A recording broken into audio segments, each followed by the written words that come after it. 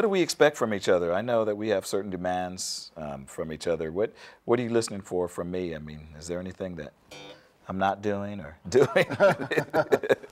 Well, I look for you to rush. No, but Nate's solid as a rock, and I think I've come to expect so much from Nate and his chair that I don't worry about it, I don't think about it. If something's not quite feeling right, then we will adjust and we're able to talk about it or feel it, and sometimes we don't have to say anything. I know where it is, and if I'm not feeling rocky, I can kind of zone, and I zone where he is and try and feel it there. But I trust Nathan, and trust and respect is so much a part of it. And once someone has attained a certain level of playing, then you have this mutual give and take.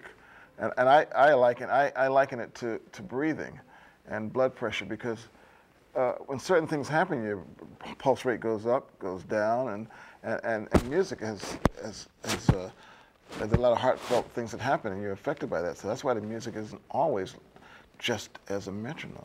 And when certain parts come, it just naturally ebbs and flows. And when people are in tune, say the bass player and drummer in tune, then they make those little natural responses together. And that's where the beauty of a bass player and a drummer are together, just making the transition and motivating and driving everything together. Some of the things that Nathan does, which might cause me to alter what I'm doing, is if he hollers at me, you know. Or sometimes he'll throw shit at me when he's playing. Oh, excuse me, I can't say that. I mean, let's try that again. Or he'll, no, just kidding around. You know, you can just tell. You know, it's just a feeling. What do we usually say? Or sometimes we'll settle on, that's the groove. I'll be playing, he'll say, I'll know that that's the spot, I've hit the pocket. And I just get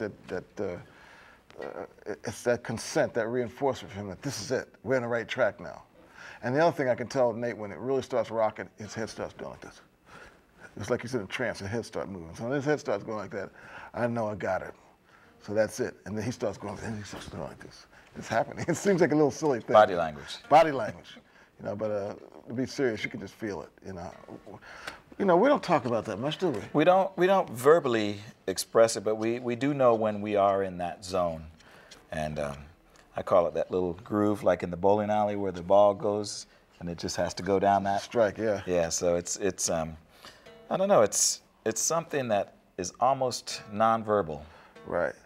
Sometime if I find that I'm having a problem, and I will know, and Nate will know that if I'm having a problem finding the correct groove, or he's not quite sure, we kind of look to each other a little bit, you know, and sometimes he might suggest something, and I might certainly say, well, how about doing it? And sometimes it might spark some creativity a certain way, but you know, I don't even worry about his chair. It's just so solid, and I know that what he plays is going to be appropriate for whatever situations we're going to be in. So I mean, getting to play with Nate is a real luxury.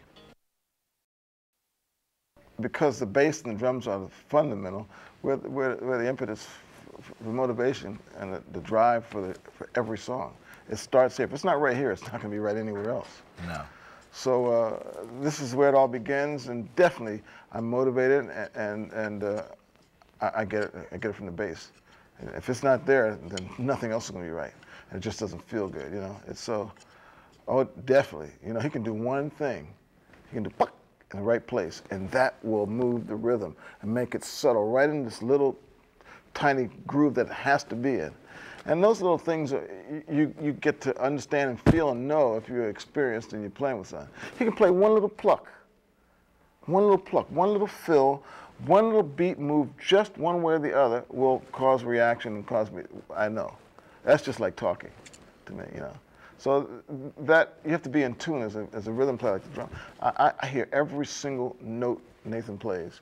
I know right where every note is moved, is placed in relation to where I'm playing, and I just can hear it. Amongst everything else, I hear that first and foremost. Then everything else comes into it. But if you're going to play well with a good bass player and you're playing with someone, you have to hear what they're doing. You have to know how to settle in the middle of their beat, or if you know where you have to understand and trust where you play in relation to the beat and they play also too. That's another thing that's important. You have to know that they can hear you as well as you can hear them. It's that little boom, pop. It's whatever. It's where he puts it is what is my signal to know where I'm going to put the beat, or if I'm going to lay out, play around it, play exactly what he's playing. And it's a constant state of analysis, I would say, that I'm always listening to what he's doing, and if he shifts and goes in that direction, if he goes into fifth gear, I got to be there with him. Can't leave him out there on his own, you know. And we, right. Yeah, we talk about that. Because that's happened too, where it's like he's trying to get you going, you got to listen, you know. And Nate's like up to me. He says, "Yeah, Mase, you stayed home for me, man. Thanks." He says, "You stayed home for me. You were chopping wood. Sometimes it gets to the point where I've got to stay home. You know, he may have a difficult part, or he has a part that's really he has to sort of do his thing. So then it's my job to kind of keep him honest. Like Nate says, keep him honest."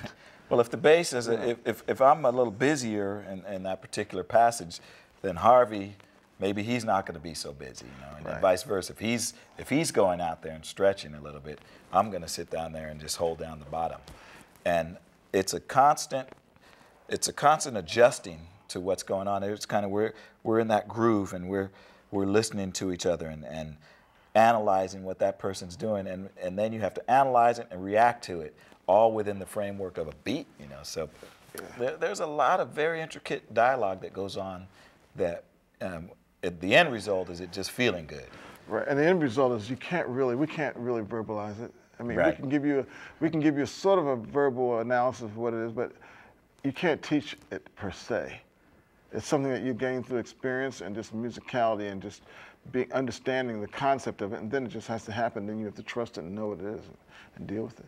Trust is a very important aspect about playing with other musicians. Right. And a lot of times when you're young and you're inexperienced or you're not really sure, then you want to bully. You want to be the guy that just says, "Here we are," you don't listen, expect everybody to ride along with you. And I've played with a lot of guys like that, and that's no fun.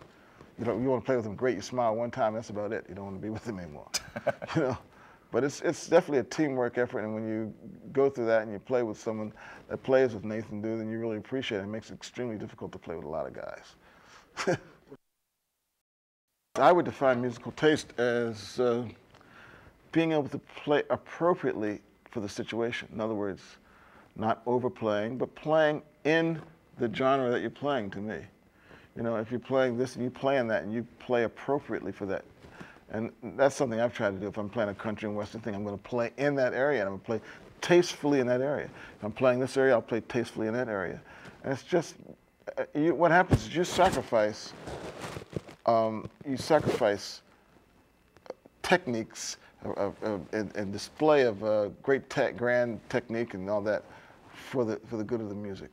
That's what I consider taste. You could have the capacity to play so much more, but you understand that it's not really needed, and for this particular situation, I'm going to fit in tastefully and be appropriate. So that, to me, is how I define musical taste.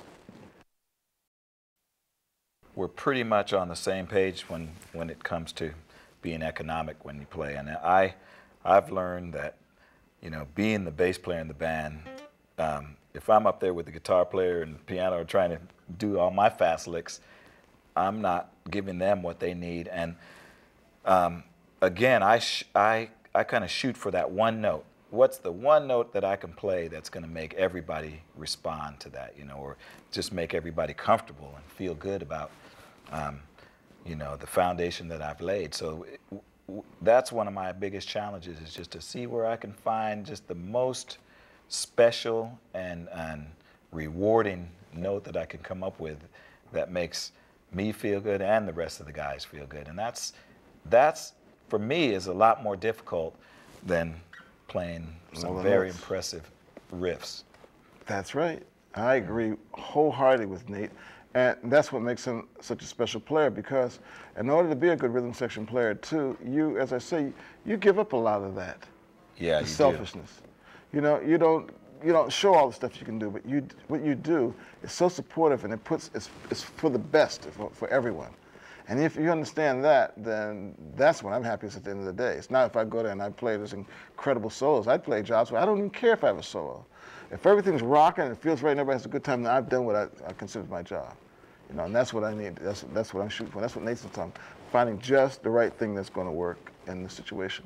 And that's the basis of us our being happy in the beginning in the rhythm section. That's the start of it. Anything else is gravy. You know, anything else is gravy. So we're the sacrificial lambs of the of the band. I felt that a lot.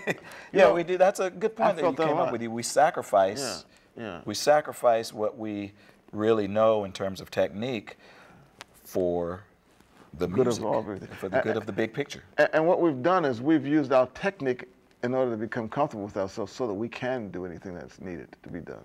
Right. I was going to say something else, but that's basically it, you know. And a lot of times in sessions, I've been in sessions where everything felt very good. It gets very comfortable, and then I'll start playing a little bit more and having a little bit more fun. I figure everybody's safe, everybody's at home. Okay, I'll get to have a little more fun now. And a lot of times what happens is it may go a little too far, and stuff gets a little rocky. There's no question with the bass player of Nathan's caliber, and with Nathan, I'll risk more. I'll know when to risk more because I'll know he'll stay home. He knows the appropriate times to come back, lay there for me, help bail me out, and you know. Not much of that. And sometimes you want to do that. Sometimes you want to go out there. You want to stretch a little bit more. You want to push that envelope a little bit more.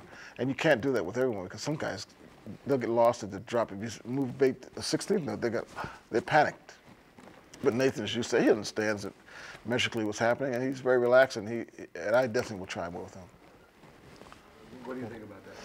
Well, I think if we are in a position that we can experiment and go out there a little more and trust each other, that's really when the fun aspect of music kicks in for me, you know, because then it's not enough just to stand up there and play, but if what we're playing is very interesting and warrants people wanting to listen, wanting to buy a ticket, wanting to buy a record, that comes from us not just playing the notes, but we really are experimenting with what is working, and I think that's that extra thing that you can't really put your finger on, but it's one of those things that we know when it's magical and we know when we get there.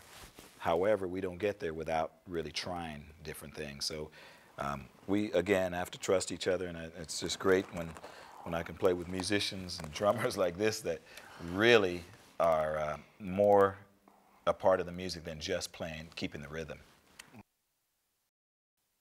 I'm going to answer the question for him. He was born with it. It didn't happen. There was no magic light. When he started playing, he naturally went that way. He could feel what he had to do in order to play. He has a gift, is what I'm trying to say.